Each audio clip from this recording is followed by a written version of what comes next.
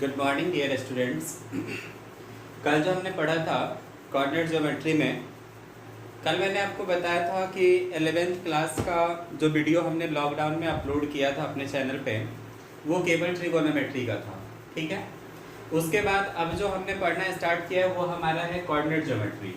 जब ये coordinate geometry last होगा 11th का, इसको हमने कोरिलेट किया है 10 से। जो भी आप 10th में पढ़ के आए हो, और 10th से इसलिए कोरिलेट किया कि आप 10th में ट्रिगोनोमेट्री, कोऑर्डिनेट ज्योमेट्री, कुछ ऐसे टॉपिक्स हैं 11th के जो आपने 10th में पढ़ा है, तो इसलिए ऐसे टॉपिक को स्टार्ट किया जाता है ताकि आपको समझने में यहाँ कोई परेशानी ना हो। ठीक है, तो कल हमने कोऑर्डिनेट ज्योमेट्री का बेसिक चीज़ पढ़ा था, जिसमें हमने बताया था कि 4 क्वाड्रेंट्स होते हैं। उसमें किस किस क्वाड्रेंट में कौन कौन से पॉइंट हो सकते हैं उनके साइन के आधार पे, प्लस प्लस, माइनस प्लस, फिर थर्ड में माइनस माइनस, फोर्थ में एक्स पॉजिटिव वाई निगेटिव है तो प्लस माइनस। और मैंने ये भी बताया था कि एक्स कोऑर्डिनेट को हम लोग एब्सिसा बोलते हैं, भुज बोलते हैं, और वाई कोऑर्डिनेट को ऑर्डिनेट या हिंदी में बोले तो कोटि बोलते हैं। ठीक है, अब आज हम लोग उसी टॉपिक को, कोऑर्डिनेट ज्योमेट्री को आगे बढ़ाएंगे, तो उसी का दूसरा वीडियो है। आप इसको अच्छे से गौर से देखेंगे, और पहली बात कि ये वीडियो जो है आप पूरा देखेंगे, क्योंकि आप मैथ पढ़ रहे हो। बीच में ऐसा नहीं है कि आगे बढ़ा के भगा के आप क्या करोगे, स्क्रीनशॉट लेते जाओगे, बाद में नोट करोगे तो ये समझ में नहीं आएगा। ठीक ना, इसीलिए आप वीडियो एकदम शुरू से लास्ट तक देखोगे।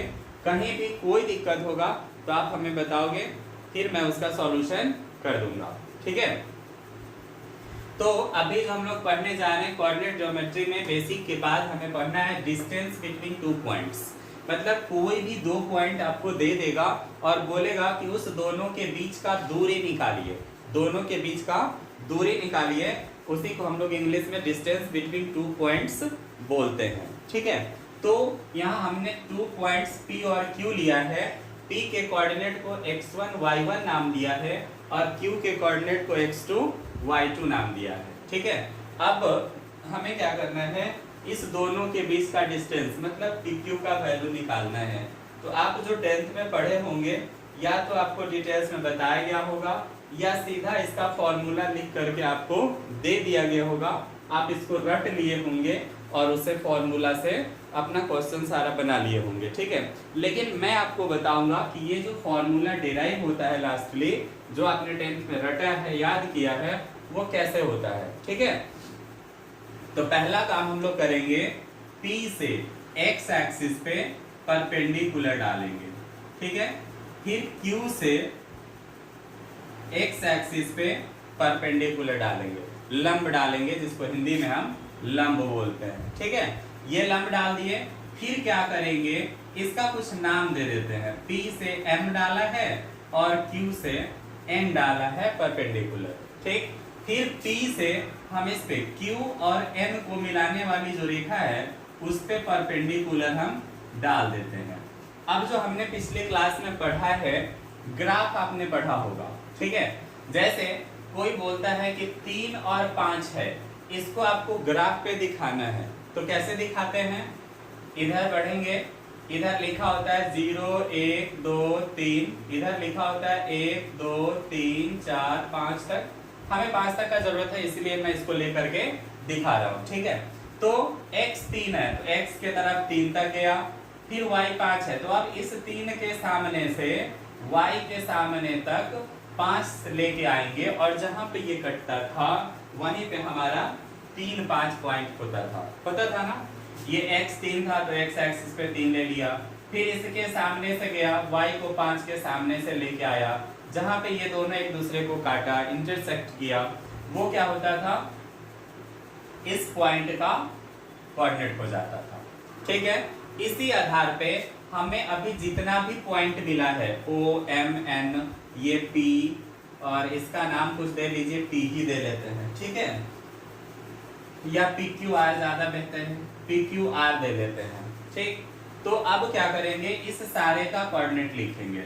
तो आपने देखा है यहाँ पे कि P का कोऑर्डिनेट जो है x1 y1 है। मतलब क्या है कि P जो है x एक्सिस पे x1 चला है और y एक्सिस के तरफ y1 चला है। ठीक है, फिर इसी तरीके से Q का जो कोऑर्डिनेट यहाँ तक आया है, मतलब O से N तक कितना है, x2 है।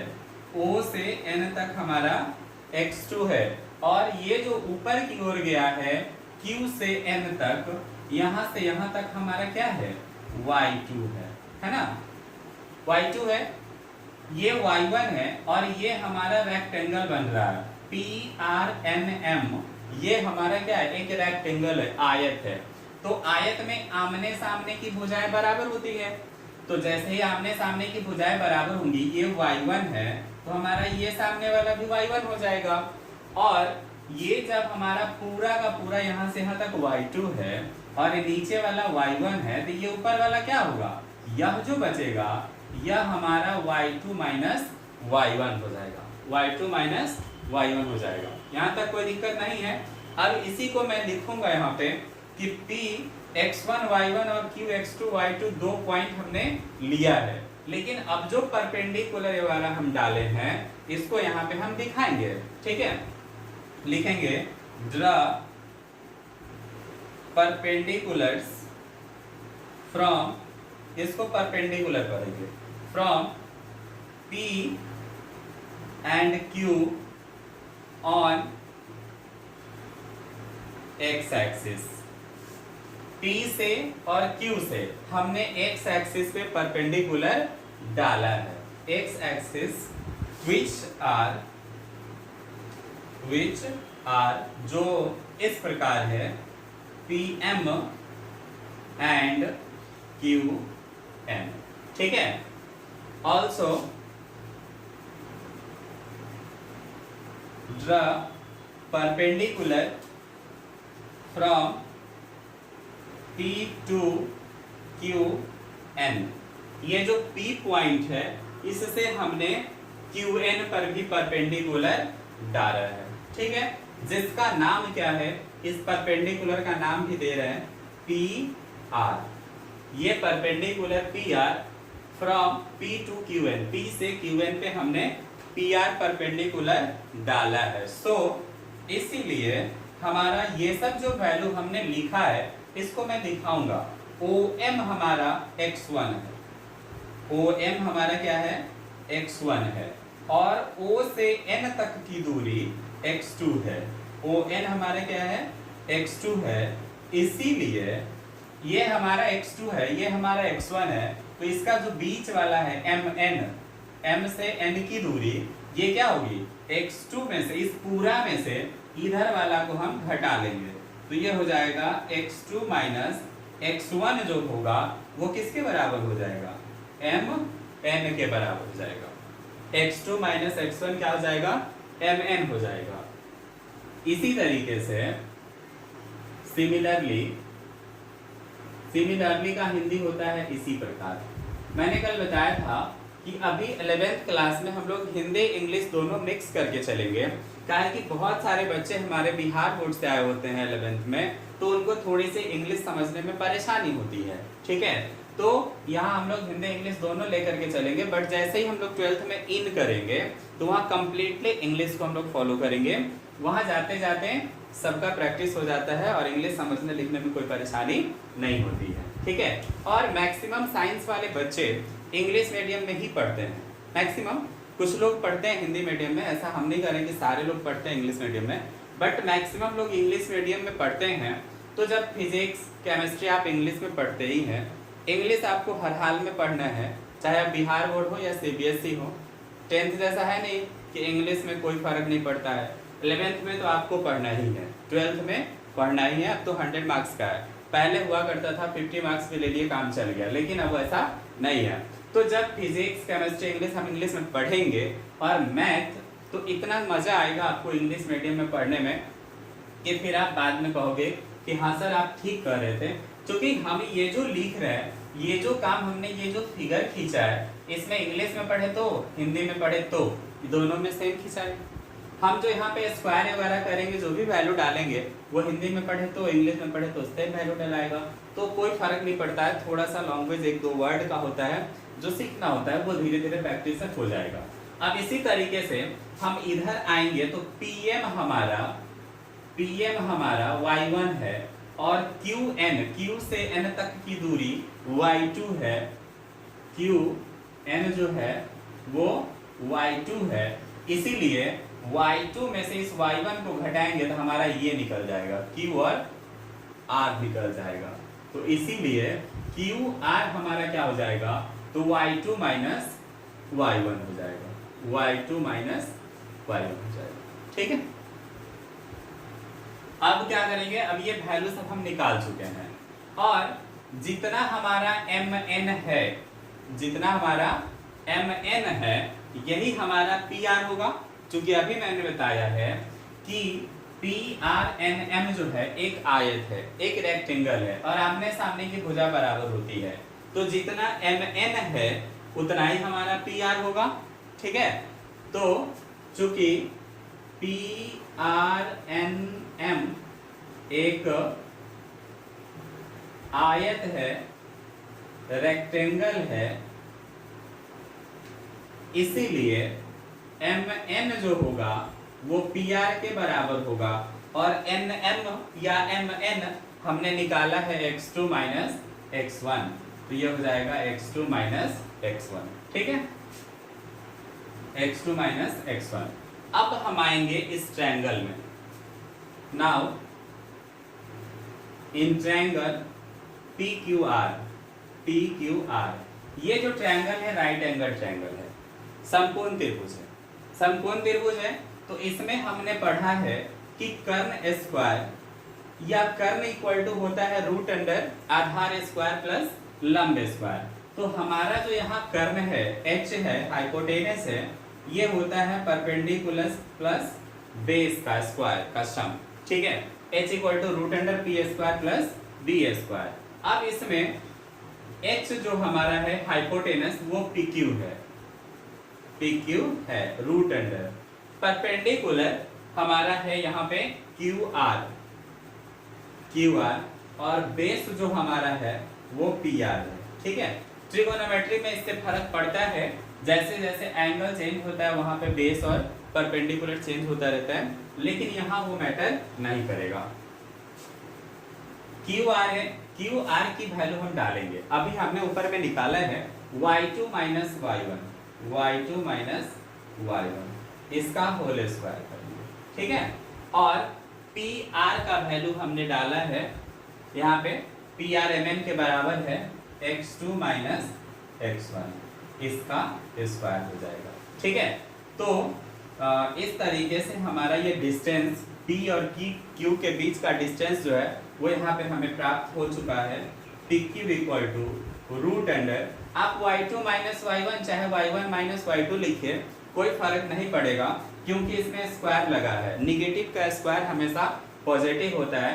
तो यहाँ 5 माइनस 3 फिर भी 2 का स्क्वायर 4 हो जाएगा, और यहाँ 3 माइनस 5 भी यदि हम करेंगे तो माइनस 2 का स्क्वायर भी प्लस 4 हो जाएगा। इसीलिए इसको कुछ भी आप लिख सकते हैं, y2 माइनस y1 या x2 माइनस x1। ठीक है, तो इस तरीके से हमारा ये फॉर्मूला डिराइव हो गया कि दो पॉइंट के बीच का हमको डिस्टेंस निकालना होगा। तो क्या करेंगे, दोनों पॉइंट के y कोऑर्डिनेट के डिफरेंस, मतलब y वाले के अंतर का स्क्वायर प्लस x वाले के अंतर का स्क्वायर कर देंगे, हमारा उसका वैल्यू निकल जाएगा। ठीक है, तो पहले आप इसको स्क्रीनशॉट कीजिए। हो गया, चलिए अब आगे चलते हैं। एक दो क्वेश्चन इस फॉर्मूले पे बना के देखेंगे।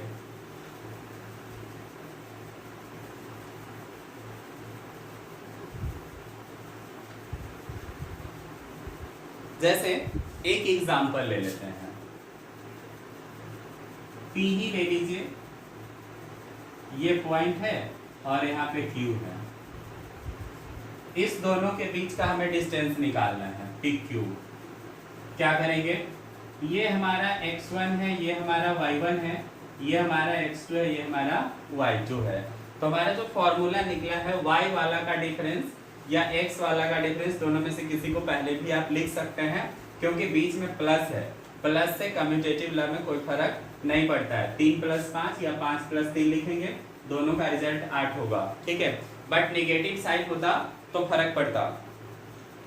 इसलिए यहाँ टेंशन लेने की जरूरत नहीं है। तो हम 3 माइनस, या फॉर्मूला पहले मैं लिख देता हूँ, x1 माइनस x2, या आप कहेंगे यही लिखिए तो मैं यही लिख देता हूँ, x2 माइनस x1 का square plus y2 minus y1 का स्क्वायर। अब इसमें वैल्यू डालना, x2 हमारा 7 है, x1 हमारा 3 है, ठीक है। y2 माइनस y1, तो y2 हमारा 2 है और y1 हमारा 4 है, इसका स्क्वायर। 7 में से 3 घटाएंगे तो 4 बचेगा, 2 में से 4 घटाएंगे तो -2 बचेगा, इसका स्क्वायर 16 हो जाएगा, इसका स्क्वायर 4 हो जाएगा, 20 हो जाएगा। अब इसको आप रूट से बाहर कर सकते हैं, फैक्टर करेंगे, इसका पेयर बन जाएगा, ये बाहर हो जाएगा, 2√5 हमारा आंसर हो जाएगा। ठीक है, यहाँ तक समझने में कोई दिक्कत हो तो बताइए, आप बेझिझक बताएंगे। इसलिए मैं बोलता हूँ कि कभी भी आप पूरा वीडियो देखिए, और पूरा वीडियो देखने के बाद कहीं भी कोई परेशानी होती है तो हमें अवश्य बताइए। आज आपका काम है कि हमने जो फॉर्मूला डिराइव किया है इसका 1-2 बार आप लिखने का प्रयास करिए, मुझवानी मतलब ओरली, बिना देखे। और परेशानी होती है तब आप क्या करेंगे, फिर अपनी कॉपी को देखेंगे और वहाँ से उसको नोट करेंगे, तो 1-2 बार करने पे ये हो जाएगा, ठीक ना। तो मैं आज 3-4 पॉइंट इस तरीके का पेयर में लिख देता हूँ। ये डिस्टेंस फॉर्मूला का यूज करके सबके बीच का डिस्टेंस आप निकालिए। 0 0 -5 -12, एक पेयर ये हो गया, 4 5 -3 -3। दूसरा क्वेश्चन हमारा ये हो गया, 5 -12 9 -9। तीसरा पॉइंट्स का पेयर ये हो गया, -3 4 3 0। इस चारों का डिस्टेंस आज आपको निकालना है और इसका आंसर हमें कमेंट बॉक्स में बताना है, ठीक है। और कहीं भी, मैं बार बार एक ही बात रिपीट कर रहा हूँ कि कहीं भी किसी भी स्टेप में दिक्कत हो तो आप बिना किसी संकोच के मेरे व्हाट्सएप नंबर पे आप इसको स्क्रीनशॉट करके सेंड करेंगे, ठीक है। पीछे का वीडियो सारा देखेंगे और पूरा वीडियो देखेंगे। सबसे पहली बात कि बेल आइकन को जरूर दबा के रखेंगे, जैसे ही मेरा वीडियो जाएगा यूट्यूब पे वो आपको पता चल जाएगा कि सर का वीडियो आज आया है, तो आप उसको देखेंगे और अपनी क्लास को कंटिन्यू रखेंगे, ठीक है। Thank you.